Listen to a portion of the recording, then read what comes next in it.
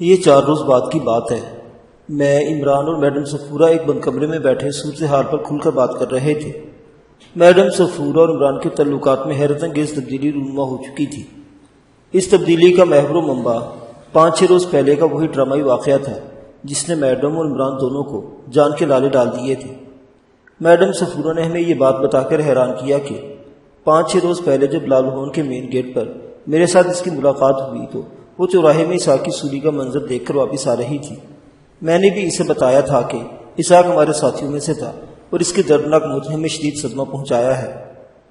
Madam نے اسحاق کی موت کے حوالے سے وہی رودات سنائی جو اس سے پہلے ہم ریٹائرڈ فوجی کی بیٹی وجنتی سے سن چکے تھے۔ اپنی بہن ماری کے اغوا کا بدلہ لینے کے لیے جارج گورا نے اسحاق کی بھاوج کو اٹھوایا تھا اور اپنی تحویل میں رکھا تھا۔ اس نے کہا تھا کہ کوئی اس عورت کو چھڑانا چاہے تو اس کے لیے میدان کھلا ہے، وہ آئے اور اس سے 2 ہاتھ کر کے عورت کو چھڑوا لے۔ دوسری صورت میں صورت اس کا پورا حق ہوگا اور اپنی سوچ کے مطابق اس کے مستقبل کا فیصلہ کرے گا۔ یہ تقریباً ویسا ہی ہتھ کنڈا تھا جو پولیس والے یا دوسرے بااثر لوگ اپنے مفرور مجرموں کو پکڑنے کے لیے استعمال کرتے ہیں۔ وہ ان کے اہل خانہ کو دھر لیتے ہیں اور اپنے اہل خانہ کو بچانے کے لیے مجرم یا ملزم کو سامنے آنا پڑتا ہے۔ میڈم نے بتایا کہ اسحاق جارج گورا سے دوبدم مقابلے کے لیے آیا تھا اور یہ مقابلہ اسے کرنا پڑا، حالانکہ اس میں اسحاق کی کامیابی کا امکان 10-15% سے زیادہ نہیں تھا۔ میں نے کہا، یہ سب تو جنگل کا قانون جیسا لگتا ہے، جس میں زور ہو اپنی مرضی کا فیصلہ ٹھوسنے کے لیے آزاد ہو جائے۔ بس کچھ ایسا ہی ہے، میڈم نے کہا۔ اس رسم کو یہاں سانبر کہا جاتا ہے اور یہ پتہ نہیں کب سے چلی آ رہی ہے۔ کب ہوئی تھی یہ زور آزمائی؟ عمران نے پوچھا۔ پچھلے بدھ کو، اور اس حقیقت سے انکار نہیں کہ سانبر کے اصول کے مطابق حمیدہ کے دیور اسحاق کو پورا موقع دیا گیا تھا۔ دونوں میں تلوار بازی ہوئی تھی۔ یہاں چھوٹے سائز کی تقریباً 2 فٹ لمبی تلوار استعمال ہوتی ہے جسے کٹار یا کٹاری کہا جاتا ہے۔ جارج ایسے مقابلوں میں بہت مہارت حاصل کر چکا ہے اور کسی کو ایسے باؤٹس میں اپنے قریب بھی نہیں پھٹکنے دیتا۔ اس نے لڑائی شروع ہونے کے 1.5-2 منٹ بعد اسحاق کی کٹار گرا دی تھی اور اس کے سینے پر چڑھ کر بیٹھ گیا تھا، مگر پھر اس نے اسحاق کو ایک موقع اور دیا۔ اس مرتبہ بھی وہ 2 منٹ سے زیادہ اس کے سامنے نہیں ٹھہر سکا۔ اس کی ران پر زخم لگا اور وہ گر گیا۔ جارج نے کٹار کی نوک اس کی گردن پر رکھ دی۔ اس مقابلے میں پہلے ہی جارج نے واضح کر دیا تھا کہ اگر سانبر میں اس کے مقابلے میں آنے والا مقابلہ ہار گیا تو اسے ماریہ کے اغوا کی پوری سزا ملے گی، اور یہ سزا حمیدہ کے دیور کو دی گئی۔ مقابلے کے بعد جارج نے اس کے ہاتھ کی انگلیاں کٹار سے کاٹ ڈالی تھی، بعد میں اسے سولی پر چڑھا دیا گیا۔ عمران نے پوچھا، اب اس لڑکی حمیدہ کے حوالے سے صورتحال کیا ہے؟ میڈم صفورہ نے سگریٹ سلگاتے ہوئے کہا، انور خان یہاں زرگا کا ایک دلیر مسلمان ہے۔ سنا ہے کہ حمیدہ کو چھڑانے کے لیے اس نے جارج کے سامنے آنے کا اناؤنس کیا ہے۔ ہو سکتا ہے 2-3 روز کے اندر زرگا میں ایک اور خونی واقعہ ہو جائے۔ کیا انور خان یہاں زرگا میں آئے گا؟ میں نے پوچھا۔ ظاہر ہے اسے یہیں آنا پڑے گا۔ کیا اس مقابلے سے پہلے ہم کس طرح اس لڑکے مرغے کا سر قلم نہیں کر سکتے؟ عمران نے اپنے مخصوص لہجے میں پوچھا۔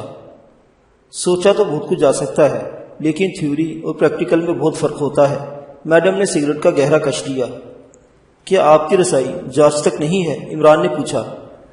مجھے یہاں آئے تقریباً 3 ماہ ہو چکے ہیں۔ اس دوران میں صرف ایک بار جارج سے ملاقات ہوئی، اور وہ بھی یہاں نہیں، راج بھون میں۔ آج کل یہ سارے لوگ اپنی سیکورٹی کی طرف سے بہت چوکس ہیں، خاص طور سے حکم جی، جارج اور سرجن سٹیل، ماریہ وغیرہ۔ 1 ہفتے پہلے بھی ایک خونی واقعہ ہوا ہے۔ کچھ لوگوں نے راج بھون کے اندر گھس کر کارروائی کی ہے۔ ساری سیکورٹی کو درہم بھرم کر کے وہ راج بھون کے اندر پہنچے، گارڈ سے رائفلیں چھینی اور اندھا دھند فائرنگ کی۔ سرجن سٹیل کے بھائی کے علاوہ کئی گارڈز کو بھی مار گئے۔ اس کے ایک دم میڈم صفورہ بات کرتے کرتے چپ ہو گئی۔ اس نے چونک کر ہم دونوں کو دیکھا، پھر ٹھٹکتے ہوئے لہجے میں بولی، تم دونوں بھی زرگاں 2 تاریخ کو ہی پہنچے تھے نا؟ عمران نے اس بات میں سر ہلایا۔ وہ بات جاری رکھتے ہوئے بولی، اور یہ واقعہ بھی اسی دن ہوا۔ کہیں میرا مطلب ہے کہیں وہ کھوجی نظروں سے ہماری طرف دیکھتی جا رہی تھی۔ عمران نے میری طرف اور میں نے اس کی طرف نگاہ دوڑائی۔ میڈم بولی، کہیں تم دونوں کو چھپا تو نہیں رہے؟ عمران نے میڈم کی اجازت سے اس کے سگریٹ کیس میں سے ایک سگریٹ لیا اور بولا، میڈم ہم چھپا رہے تھے، لیکن اب چھپانا نہیں چاہتے۔ ہمیں قدرت نے ایک ہی راستے پر لا کھڑا کیا ہے اور اب ہمیں ایک ہی رخ پر جانا ہے۔ اس کے بعد میں نے اور عمران نے اپنی کہانی کا وہ حصہ بھی میڈم کے گوش گزار کر دیا جو اب تک اسے معلوم نہیں تھا۔ وہ یہ جان کر ششدر ہوئی کہ یہ ہم ہی تھے جنہوں نے اس رات راج بھون میں تہلکہ مچایا تھا، اور پھر صاف بچ کر نکل گئے۔ میڈم کے ساتھ اس گفتگو میں ہم پر ایک اور انکشاف بھی ہوا، اور وہ یہ کہ اس رات میں نے سرپٹ بھاگتی گاڑی کے اندر جس شخص کو جہنم واصل کیا وہ رنجیت پانڈے نہیں، اس کا چچا زاد گرومیت پانڈے تھا۔ دونوں کی شکل اور قدکاٹ کافی حد تک ملتے جلتے تھے۔ ان کو قریب سے نہ جاننے والے اکثر دھوکہ کھا جاتے تھے۔ مجھے وجنتی کے پتا کا وہ فقرہ یاد آیا جس نے پانڈے کی موت کی اطلاع دیتے ہوئے بولا تھا۔ اس نے چھوٹے پانڈے کا لفظ استعمال کیا تھا۔ ہمارے اور میڈم کے درمیان ہونے والی یہ طویل گفتگو کئی لحاظ سے کارآمد رہی۔ کئی طرح سے ہماری معلومات میں اضافہ ہوا۔ اس گفتگو میں میڈم کے ایک سوال کے جواب میں عمران نے یہ بھی بتایا کہ جب بے ہوشی کی حالت میں میڈم نے اس کے اور میرے ساتھ ہاتھ پاؤں بندوائے تو وہ اچانک اپنے پاؤں کی رسی توڑنے میں کیسے کامیاب ہو گیا تھا۔ عمران نے بتایا کہ ہوش میں آنے کے بعد اس رسی کے ایک میز کے ٹوٹے ہوئے شیشے کے ساتھ رگڑتا رہا تھا اور اسے کمزور کرنے میں کامیاب ہو گیا تھا۔ ہمیں یہ بھی پتا چلا کہ ایڈوکیٹ ابرار صدیقی کی بھی بقایا سزا معاف ہونے کی امید ہے اور ہو سکتا ہے وہ بھی 4-5 روز میں ایک قریبی پگوڈے سے یہاں لال بھون پہنچ جائے۔ یہاں لال بھون کی سرگرمیوں کے بارے میں بھی کئی انکشافات ہوئے۔ میں، عمران اور میڈم سر جوڑ کر بیٹھے اور پہلی بار مشترکہ طور پر سوچا کہ ہم اس راجواڑے کی تاریکی سے نکل کر کس طرح آزاد فضاؤں میں پہنچ سکتے ہیں۔ اس کے علاوہ وہ اہم ترین مقصد بھی زیر بحث آیا جس کے لیے ہم یہاں پہنچے تھے اور اپنی جان ہتھیلی پر رکھی تھی، یعنی جارج گورے کی موت۔ یہ دوسرے روز کی بات ہے۔ عمران لال کی طرف چہل قدمی کرنے کے لیے گیا ہوا تھا۔ میں کمرے میں تھا۔ پچھلے کئی ماہ سے میں نے ایک دن کے لیے بھی ورزش نہیں چھوڑی تھی۔ جہاں اور جس وقت موقع ملتا میں دن میں کم از کم 1-1.5 گھنٹہ اپنی جسمانی فٹنس کو ضرور استعمال کرتا تھا۔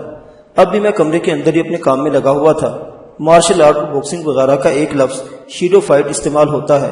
اس کا مطلب ہے کھلاڑی کا بغیر کسی حریف کے خیالی لڑائی لڑنا اور اس طرح خود کو چست رکھنا۔ کچھ دیر تک شیڈو فائٹ کرنے کے بعد میں واپس ڈپس لگانے میں مصروف ہو گیا۔ یہ کوئی 10, 20 یا 50 ڈپس نہیں بلکہ میں گنتی کرتا ہی نہیں تھا۔ ایک بار شروع ہوتا تو پھر جب تک بازو بے دم نہیں ہو جاتے تھے لگاتار کرتا رہتا۔ جیکی یہی کرتا تھا۔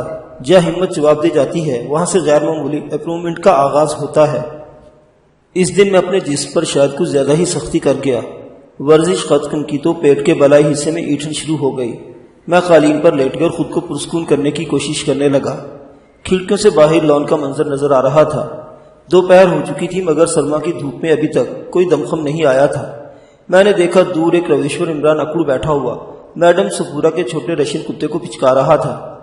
میڈم بھی پاس ہی کھڑی تھی۔ کتے کو غالباً کوئی چوٹ آئی تھی۔ عمران اس کی چوٹ پر دوا لگانے میں مصروف تھا۔ ساتھ ساتھ وہ میڈم سے باتیں بھی کرتا جا رہا تھا۔ اس نے جب کسی کو آرام کرنا ہوتا تو اس کی خوش گفتاری عروج پر پہنچ جاتی تھی۔ اس وقت بھی کچھ ایسی ہی صورتحال تھی۔ میڈم سنجیدہ نظر آتی تھی۔ وہ بس عمران کی کسی بات کا جواب دے رہی تھی۔ کچھ دیر بعد میڈم کا ملازم کتے کو گود میں اٹھا کر میڈم کے پیچھے پیچھے درختوں میں اوجھل ہو گیا۔ عمران واپس کمرے کی طرف آ گیا۔ وہ کمرے میں پہنچا اور میرے تاثرات دیکھ کر چونک گیا۔ جگر کیا بات ہے؟ طبیعت تو ٹھیک ہے؟ کچھ نہیں، پیٹ میں ذرا درد ہو رہا ہے۔ ذرا نہیں ہو رہا، تم پیلے پڑے ہوئے ہو۔ لیکن یہ ہوا کیوں؟ مجھے لگتا ہے تم نے اندھا دھند ورزش فرمائی ہے۔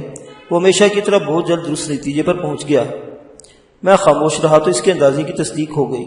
وہ سنجیدہ لہجے میں بولا، کبھی کبھی تم جنون کی حد تک چلے جاتے ہو، خود اپنے آپ پر ظلم کرنے لگتے ہو، نقصان اٹھاؤ گے۔ پھر وہ میرے قریب بیٹھ کے اور میرے پیٹ کو ٹٹول کر دیکھنے لگا۔ کہاں ہے درد؟ اس نے پوچھا۔ مجھے خود پتہ نہیں چل رہا۔ میں زبردستی مسکرایا۔ میں میڈم سے بات کرتا ہوں۔ میں نے اسے روک دیا۔ خامخواہ بات کا پتنگڑ نہ بناؤ۔ اب میں پہلے سے بہتر ہوں۔ تھوڑی سی کوشش کر کے میں نے اسے قائل کر لیا کہ درد ناقابل برداشت نہیں اور اب کم ہوتا جا رہا ہے۔ حقیقت میں ایسا نہیں تھا۔ درد شدید تھا لیکن پتہ نہیں کیا بات تھی۔ اب اپنی کسی بھی تکلیف کے لیے مجھے دوا لینے کا سہارا اچھا نہیں لگتا تھا۔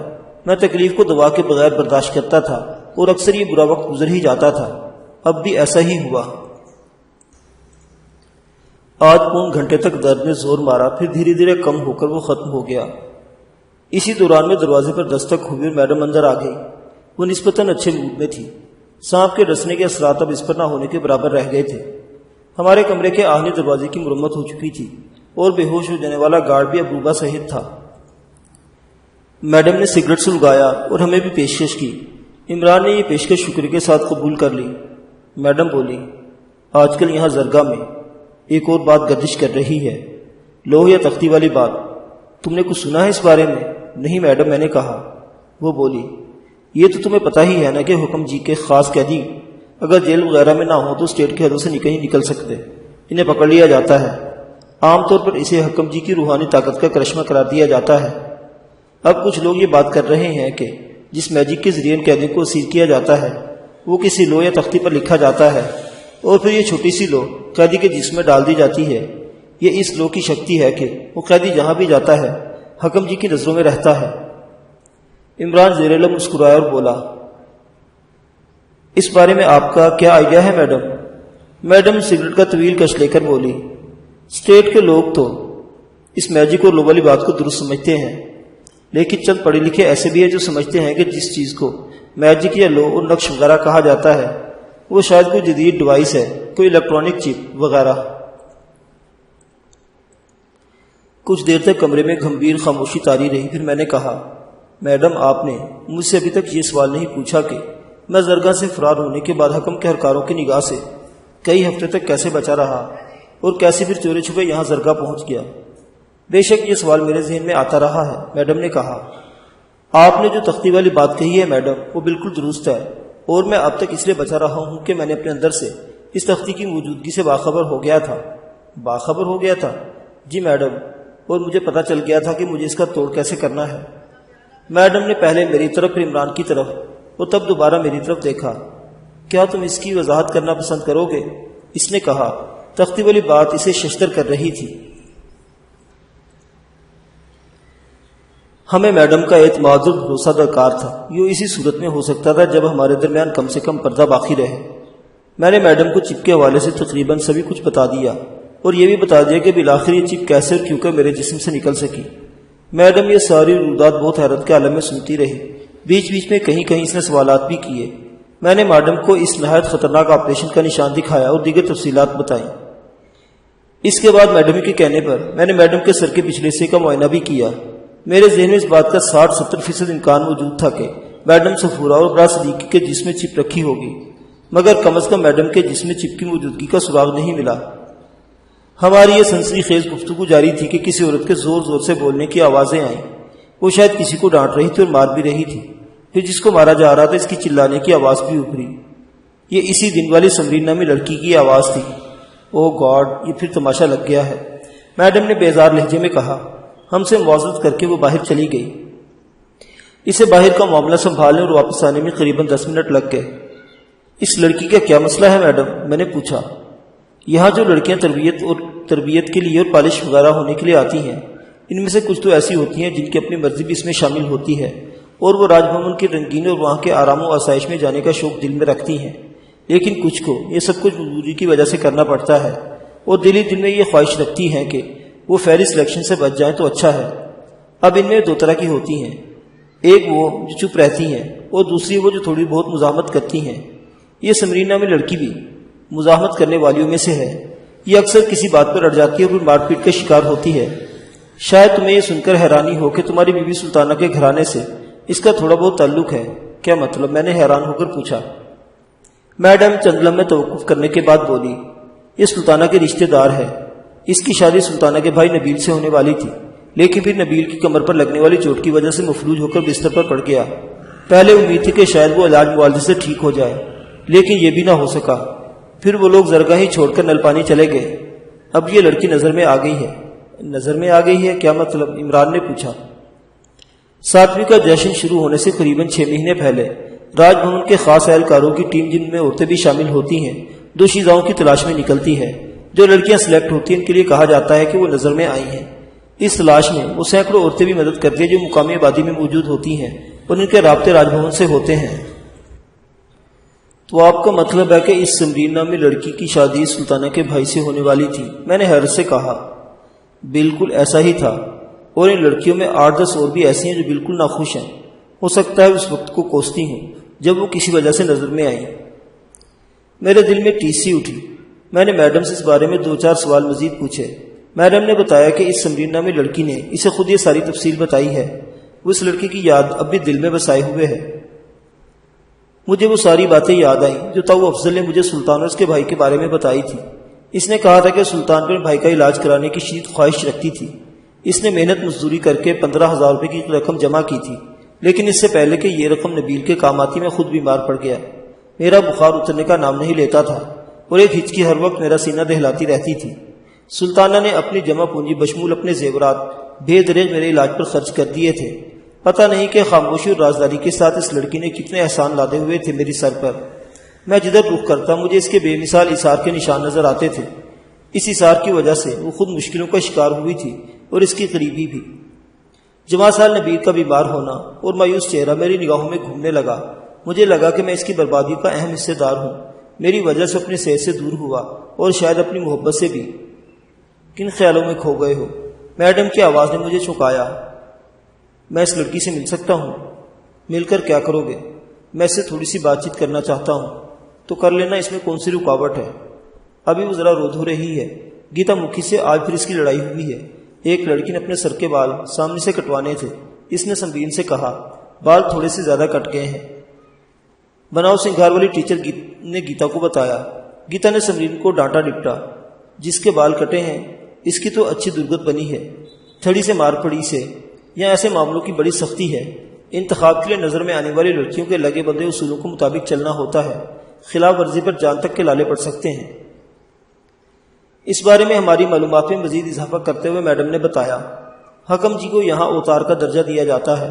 تربیت پانے والی لڑکیوں کو بتایا جاتا ہے کہ اوتار اور اس کے خاص مصابوں کی خوشی کا خیال رکھ کر وہ ہر جنم میں اعلیٰ رتبہ پا سکتی ہیں۔ انہیں بتایا جاتا ہے کہ اگر کسی وقت ان کی قسمت جاگے اور حکم جی ان کا کوئی مصاحب ان کی طرف خاص انداز کی پیش قدمی کرے تو انہیں کس طرح خوش آمدید کہنا ہے اور ان کو رجھانے کے لیے کیا کیا طریقے اختیار کرنے ہیں۔ گیتا مکھی اس تربیت کی ماہر ہے اور گیتا مکھی سے اکثر سمرین کی چپکلش ہو جاتی ہے۔ یہ ساری باتیں تن بدن میں آگ لگا دینے والی تھی۔ حکم جی اور اس کے حواریوں کے بارے میں جو کچھ سنا تھا وہ بالکل سچ ثابت ہو رہا تھا۔ ان باتوں سے تصدیق ہوئی تھی کہ جیکی کی حسین محبوبہ شکنتلا والی کہانی بھی بالکل سچ تھی۔ شکنتلا کی پریم کہانی کی وجہ سے حکم جی اسے اپنی پتنی تو نہ بنا سکا، لیکن اسے حاصل کرنے کے لیے اسے شکنتلا کو فیری یا پری کا درجہ دے دیا۔ اس کے لیے سبز رنگ کا چناؤ کیا گیا اور وہ راج بھون کی سبز پری کے طور پر حکم جی کے گھڑے کی مچھلی بن گئی۔ ایسی نہ جانے کتنی شکنتلائیں اور سمرینیں حکم جی اور جاج غورا کی بھینٹ چڑھ چکی تھی اور ابھی چڑھنے والی تھی۔ میڈم کے جانے کے بعد بھی وہ اور عمران سمرین کے بارے میں باتیں کرتے رہے۔ عمران کو بھی اس لڑکی سے ہمدردی محسوس ہوئی تھی۔ وہ بولا، اس کا معاملہ بھی تمہاری سرور جیسا ہی لگتا ہے۔ وہ کیا کہتے ہیں، ٹوٹی کہاں کمن۔ مجھے ایک لطیفہ یاد آ رہا ہے جو ایسی لڑکیوں کو مصیبت سے بچانے کے لیے پڑھا جاتا ہے۔ اگر وہ پورا یاد آ گیا تو شاید ہم اس کو بچا لیں۔ وہ ایسی ہی گول مول باتیں کیا کرتا تھا۔ اس رات میں سونے کے لیے لیٹا تو دیر تک باروندہ جیکی کے بارے میں سوچتا رہا۔ وہ ہڈیوں کا ڈھانچہ اپنے کٹے پٹے جسم کے ساتھ میرے سامنے آن کھڑا ہوا۔ اس کی آنکھوں میں آگ اور ہونٹوں پر ایک بے رحم کے ساختہ مسکراہٹ تھی۔ وہ جیسے خاموشی کی زبان میں مجھ سے کہہ رہا تھا، مجھے بھولنا نہیں، مجھے یاد رکھنا اور میری بے بسی کو بھی، اور اپنا حوصلہ بلند رکھنا۔ میں نے تمہیں کمزور نہیں رہنے دیا، اپنی ساری آگ تمہیں سونپ دی ہے اور اپنے دشمن کے بارے میں بھی بتا دیا ہے۔ پھر میرا دھیان سلطانہ کی طرف چلا گیا۔ میں اسے مندر کے تہہ خانوں میں چھوڑ آیا تھا اور کہہ آیا تھا کہ میں وہ پورا کام کر کے آؤں گا جس کے لیے اپنا سر ہتھیلی پر لے کر پھرتی رہی ہے۔ میرا نشانہ جارج گورا تھا اور میں جلد از جلد اس تک پہنچنا چاہتا تھا۔ میں جو جارج گورا کے بارے میں زیادہ جان رہا تھا اور اس کی خصلت کو زیادہ پہچان رہا تھا، میرے دل میں اس کے لیے نفرت اور انتقام کا بہاؤ تیز تر ہو رہا تھا۔ وہ گوری چمڑی والا یہاں کے لوگوں کو شاید انسانی نہیں سمجھتا تھا۔ زرگاہ اس کے لیے شکارگاہ تھی۔ یہاں کے مردوزن اس کے لیے پرگوش چپائیوں کی حیثیت رکھتے تھے۔ خاص طور پر مقامی خواتین اس کا من پسند شکار تھی اور وہ اس حوالے سے کسی طرح کی شرمندگی بھی محسوس نہیں کرتا تھا۔ وہ برملا کہتا تھا، مجھے مقامی عورتیں بھاتی ہیں، انہیں دیکھ کے میرے دل میں انہیں حاصل کرنے کی خواہش جاگتی ہے۔ میں اس حوالے سے کمزور ہوں۔ ہوا اور پانی کے بغیر تو میں شاید زندہ رہ جاؤں، لیکن خوش شکل نمکین عورتوں کے بغیر نہیں۔ یہ عورت باز شخص میری سلطانہ کو داغدار کر چکا تھا، اس کے ماتھے پر بدنامی کا ٹیکا لگا چکا تھا۔ وہ راجپوت خاندان کی ترادار بیٹی تھی۔ جارج نے اس کا پندار توڑا تھا، اس کی آن بان خاک میں ملائی تھی اور وہ ابھی تک زندہ تھا۔ راج بھون کی بلند دیواروں کے اندر سانس لے رہا تھا، زندگی کی ساری لذتوں سے بہرامند ہو رہا تھا اور حمیدہ جیسے نئے شکار پھانس رہا تھا۔ میرے سینے میں بھڑکتے ہوئے شعلے الاؤ بن گئے۔ میں بے قرار ہو کر کمرے میں ٹہلنے لگا۔ مجھ سے کچھ فاصلے پر ایک دوسرے بستر پر عمران سو رہا تھا۔ اسے کیا پتا تھا میں کس کیفیت سے گزر رہا ہوں۔ میں ہر مصلحت اور اندیشے کو بالائے طاق رکھ دینے کے معاملے میں آ گیا تھا۔ دیکھتے ہی دیکھتے میں ایک اور واشگاہ فیصلے تک پہنچ گیا۔ میں نے دیوار پر لٹکے ہولسٹر سے بھرا ہوا ریوالور نکال کر اپنی جیکٹ پہ رکھا اور جیکٹ پہن لی۔ ایک سرخ سی دھند میری آنکھوں کے سامنے چھاتی جا رہی تھی۔ میں عمران کو سوتا چھوڑ کر خاموشی کے ساتھ کمرے سے نکل آیا۔ رات کے قریباً 10 بج چکے تھے۔ نیم گرم کمرے سے باہر سردی تھی اور میں جانتا تھا کہ لال بھون سے نکلتے ہی میرا سامنا کڑاکے کی ٹھنڈ سے ہوگا، لیکن سردی، گرمی، بھوک، پیاس، چوٹ اور بے آرامی کی دی ہوئی تکلیفیں مجھے اچھی لگتی تھی۔ یہ تکلیفیں میرے بے تکلف دوستوں جیسی ہو گئی تھی۔ مجھے ان کے ساتھ مل بیٹھنا، ان کی کمپنی میں خوش رہنا آ گیا تھا۔ جیسے نہایت تیز مسالے کی وجہ سے آنسو آ جاتے ہیں، لیکن انسان مزہ بھی محسوس کرتا ہے، کچھ ایسا ہی مزہ مجھے دکھ جھیل کر آتا تھا۔ میں 2 راہداریوں میں سے گزرا، ایک بڑے لاؤنج میں پہنچا۔ ایک قریبی حالنما کمرے سے ٹی وی چلنے کی آواز آ رہی تھی۔ ٹی وی اور جیسی دوسرے الیکٹرانکس اشیاء یہاں خال خال ہی دیکھنے میں آتی تھی۔ ٹی وی پر VCR کے ذریعے لڑکیاں کوئی رومانی فلم دیکھ رہی تھی یا شاید انہیں تربیت کے طور پر دکھائی جا رہی تھی۔ گاہے بگاہے نوخیز لڑکیوں کی کھلکھلاتی ہنسی بند دروازے کے عقب سے ابھرتی تھی۔ میں برآمدے میں چلا آیا۔ کڑک سردی نے استقبال کیا۔ اسی علاقے میں دھند پھیلی ہوئی تھی۔ ایک طرف علاوہ روشن تھا، مگر وہاں کوئی پہرے دار نظر نہیں آیا۔ غور کیا تو پہرے دار صاحبان کھڑکی سے چمٹے نظر آئے۔ وہ تاریکی میں کھڑے تھے اور کھلی کھڑکی میں سے ٹیلی ویژن دیکھ رہے تھے۔ یہاں یہ چیز یقیناً عجوبہ تفریح کے زمرے میں آتی تھی۔ میں پہرے داروں کی نظریں بچاتا ہوا باغیچے کی طرف چلا گیا۔ دن کی روشنی میں اس جگہ کا معائنہ کر چکا تھا اور میرا اندازہ تھا کہ لال بھونوں سے چوری چھپے نکلنے کے لیے یہ راستہ بہترین ہے۔ سامنے سے ایک گارڈ ٹارچ جلاتا ہوا نظر آیا۔ میں جلدی سے ایک مور پنکھ کی اوٹ میں ہو گیا۔ وہاں سے ایک روی پہ چلتا ہوا میں 10-15 فٹ اونچی بیرونی دیوار تک پہنچ گیا۔ یہاں کچنار، مہندو جامن وغیرہ کے پیڑ تھے۔ میں ایک درخت پر چڑھ کر دیوار پر آیا اور پھر خاموشی سے دوسری طرف کود گیا۔ لال بھون کی عمارت 5-6 کنال میں پھیلی ہوئی تھی۔ میں عمارت کا چکر کاٹ کر روشن سڑک پر آ گیا۔ یہاں اکا دکا گاڑیاں اور گھوڑا گاڑیاں نظر آئی۔ جو میں آگے بڑھتا گیا سڑک کشادہ ہوتی گئی اور رونق میں بھی قدرے اضافہ ہوا۔ میں لمبے لمبے ڈھک برتا ہوا سیدھا راج بھون کی طرف چلا جا رہا تھا۔ راج بھون کے بلند و بالا محرابی دروازے کی روشنیاں کافی دور سے دکھائی دے رہی تھی۔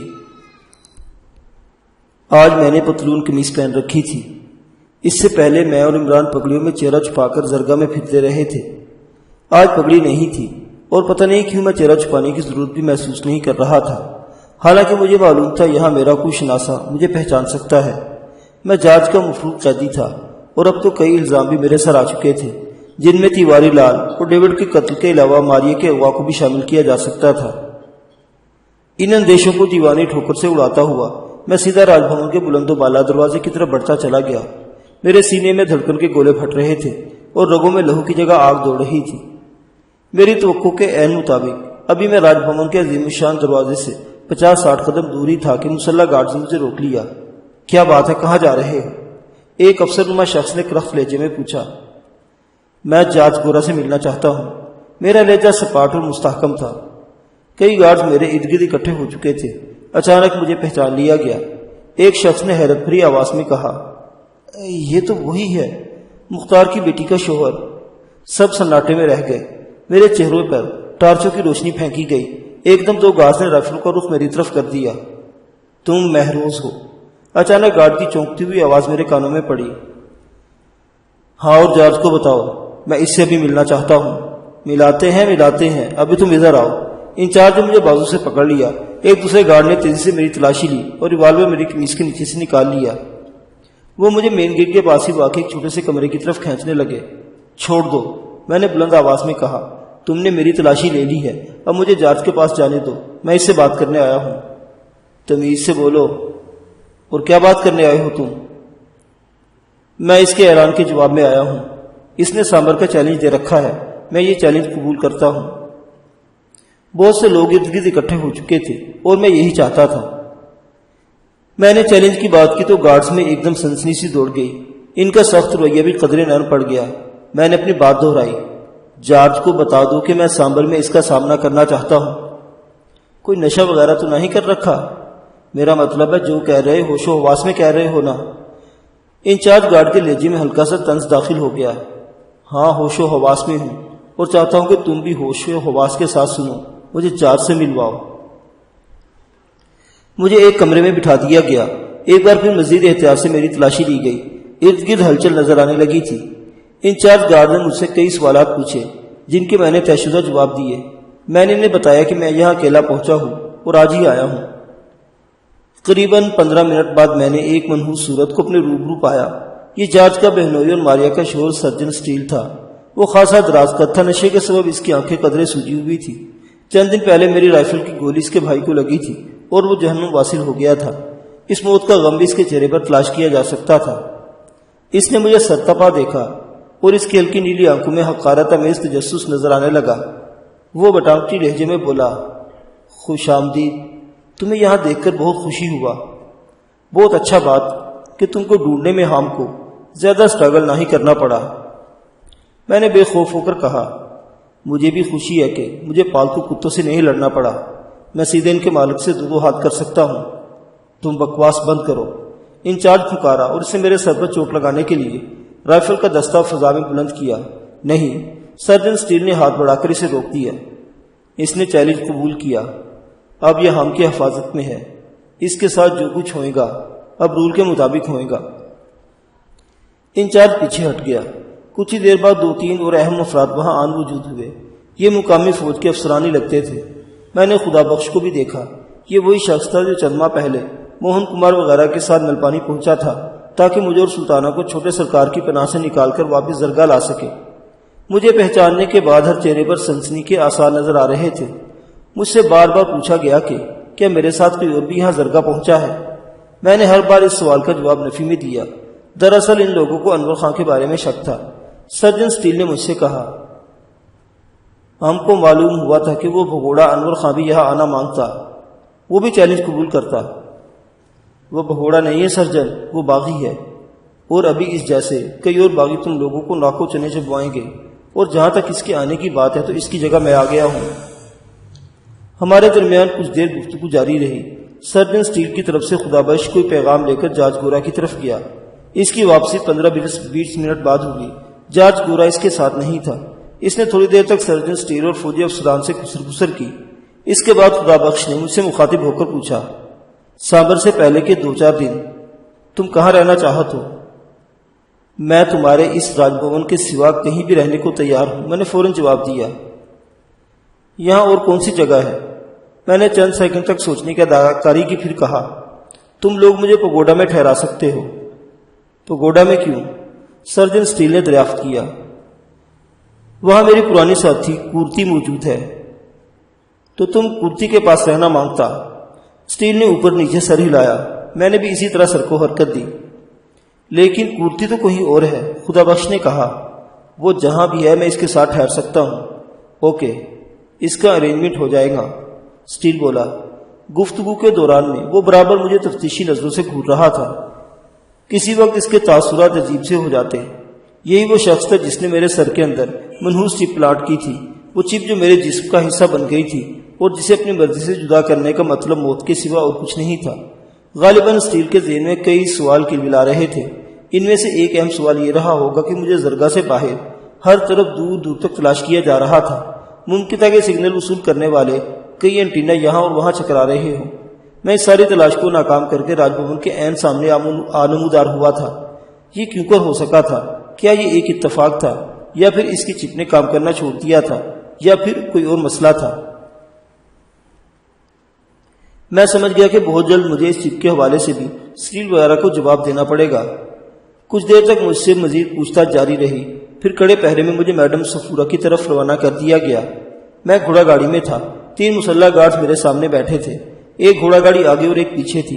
ان میں بھی چوکس محافظ موجود تھے۔ ہر نگاہ میرے لیے تجسس، حیرت اور طنز کا ملا جلا تاثر تھی۔ جو کوئی مجھے دیکھ رہا تھا مجھے تولنے والی نظروں سے ہی دیکھ رہا تھا، جیسے اندازہ لگا رہا ہو کہ میرے اندر کیا ہے جس کے بل بوتے پہ چارج گورا جیسے شخص کو للکارنے کی جرت کر رہا ہوں۔ اپنے انجام کی پرواہ کیے بغیر موت کے جبروں میں سر دے رہا ہوں۔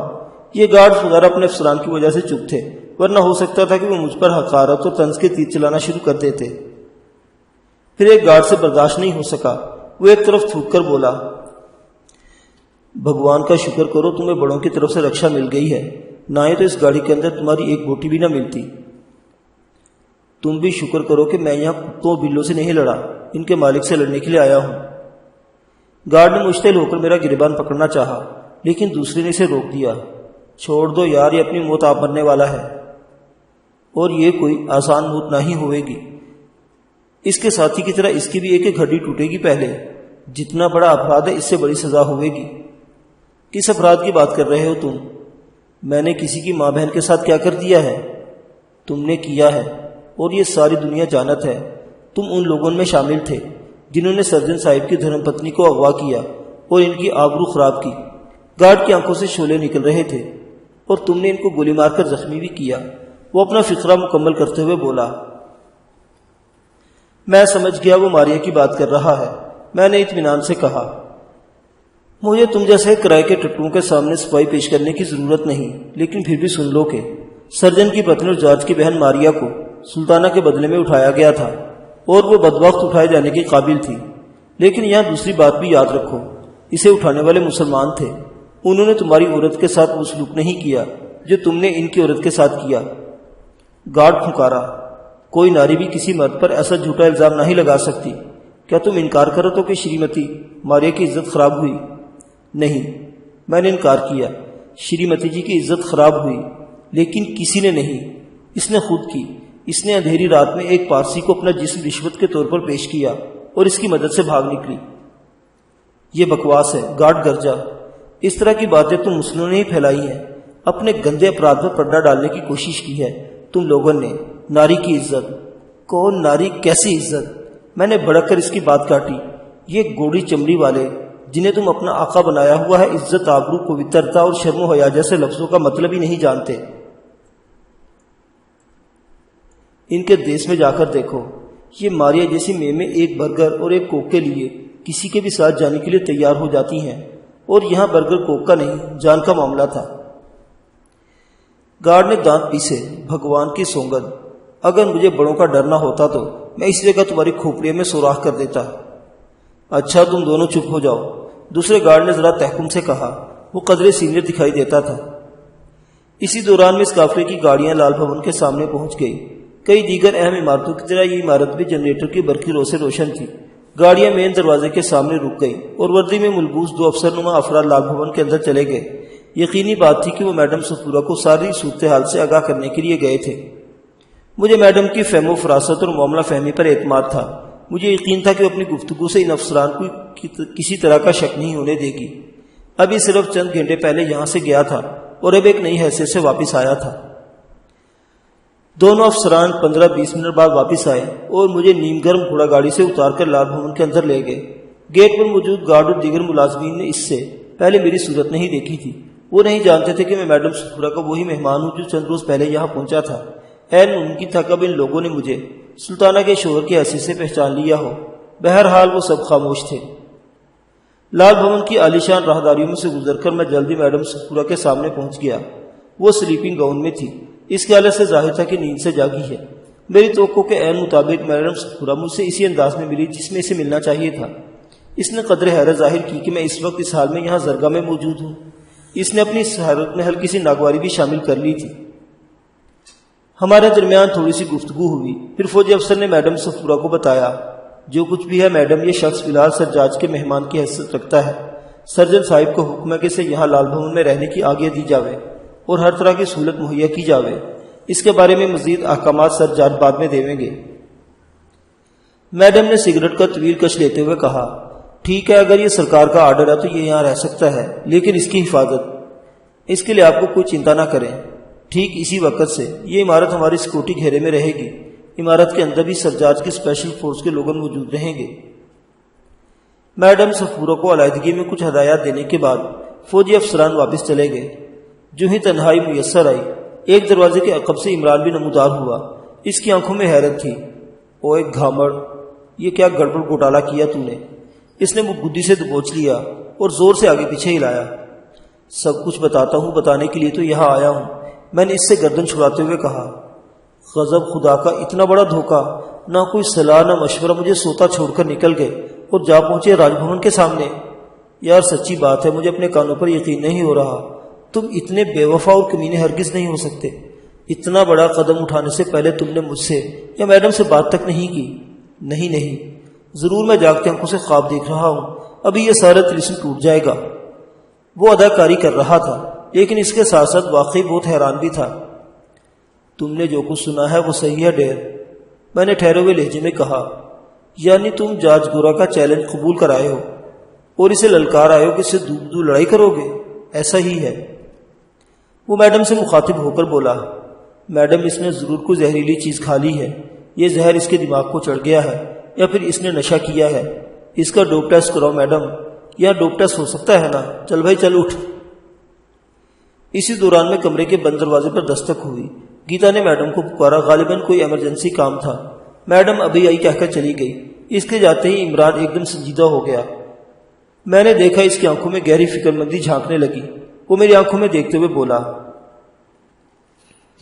تابی یہ کوئی اچھا کام نہیں کیا تو نے، کم از کم مشورہ ہی کر لیتا۔ اس کا مطلب ہے کہ تو مجھے اپنا نہیں سمجھتا۔ اپنا سمجھتا ہوں لیکن مشورہ نہیں کر سکتا تھا۔ مشورہ کرتا تو تم مجھے کبھی نہ جانے دیتے۔ اس کام میں سینکڑوں خطرے نکال کر مجھے بتا دیتے اور بعد میں ہو سکتا ہے کہ سارے خود مول لے لیتے۔ تو کیا ساری مصیبتوں، پریشانیوں اور سارے خطروں کا ٹھیکہ تم نے لے لیا ہے؟ یہ ساری مصیبتیں اور پریشانیاں پیدا بھی تو میری ہی کی ہوئی ہیں۔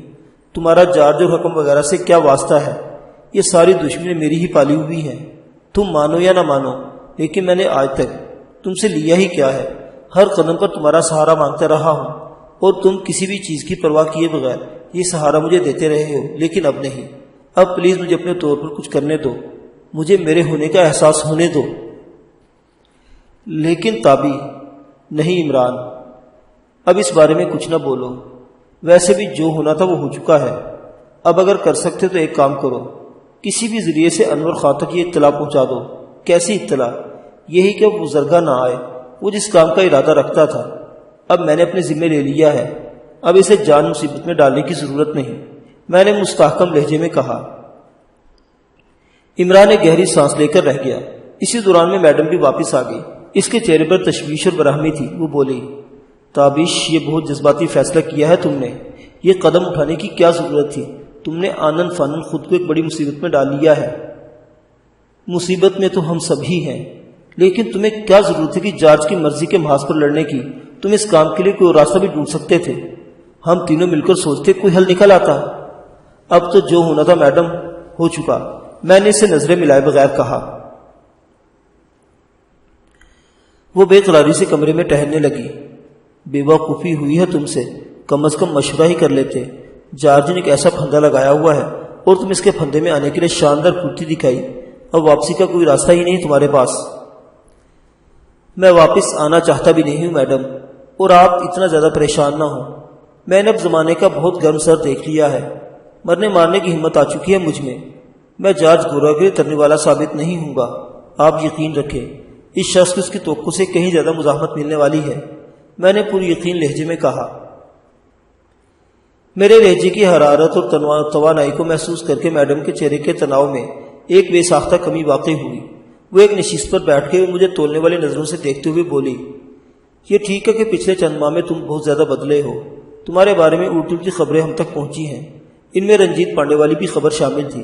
کچھ لوگ کہتے ہیں تم نے تنے تنہا پانڈے سے مارا ماری کی تھی اور وہ اس مارا ماری میں زخمی بھی ہوا تھا۔ واٹس ایور، میں سمجھتی ہوں کہ یہ جارج بالکل اور طرح کا بندہ ہے۔ میں یہ کہوں تو شاید غلط نہ ہو کہ اس کا ٹیمپرامنٹ ایک پروفیشنل فائٹر جیسا ہو چکا ہے۔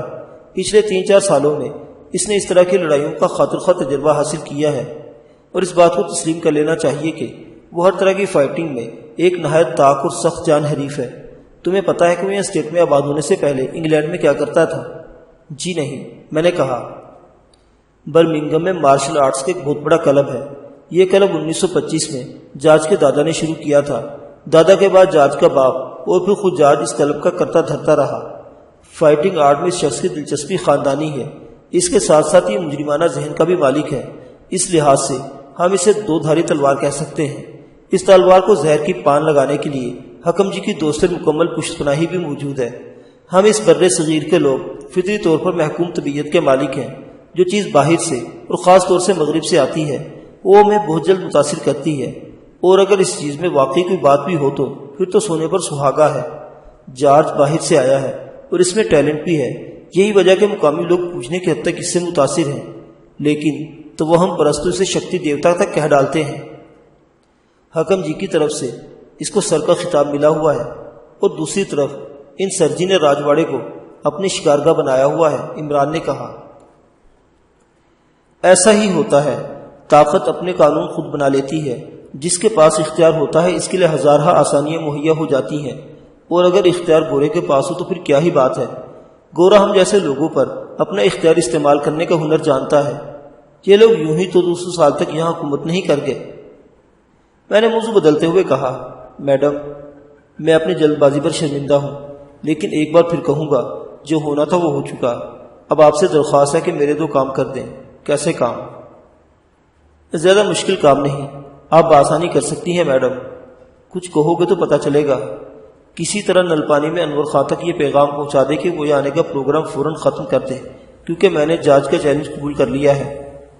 میڈم صفورہ نے گہری سانس لیتے ہوئے کہا، ٹھیک ہے، اور دوسرا کام؟